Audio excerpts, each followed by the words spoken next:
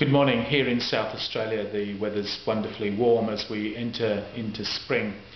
Those of you in the Northern Hemisphere are probably quite envious of us in our 30 plus temperatures. We'll hit the old 100 mark sometime during this week.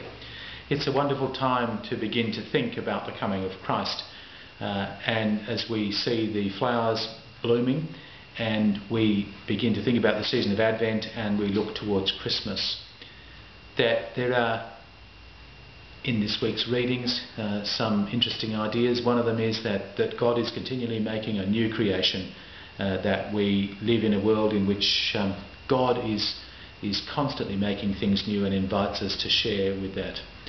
The early church struggled with that, and some Christians become obsessed by it. Jesus warns us not to be obsessed about the coming of the kingdom and to live with the kingdom as if it was now.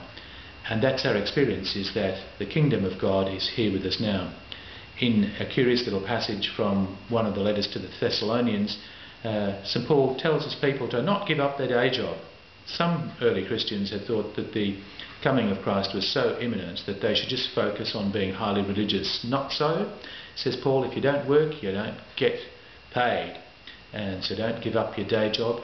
And one of the things that we've discovered in Christianity is not that we discover the kingdom of God by withdrawing from the world or becoming profoundly religious, but rather it's in the very ordinary things like our jobs, like our relationships with our families, that we actually come to understand that God is with us. The kingdom of God is right here with us.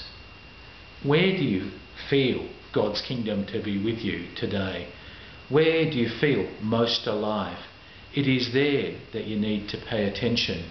The kingdom of God is not over here, the kingdom of God is not over there, says Jesus. The kingdom of God is right here in your midst.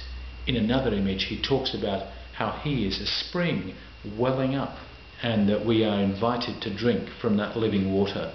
Where do you feel as though you are being given living water to drink? Pay attention to that this week and give it more time, give it more insight, open yourself more to what God is giving you. Have a great week as we look forward towards this exciting time of Advent, Christmas, and for us as we head towards wonderful summer. See you.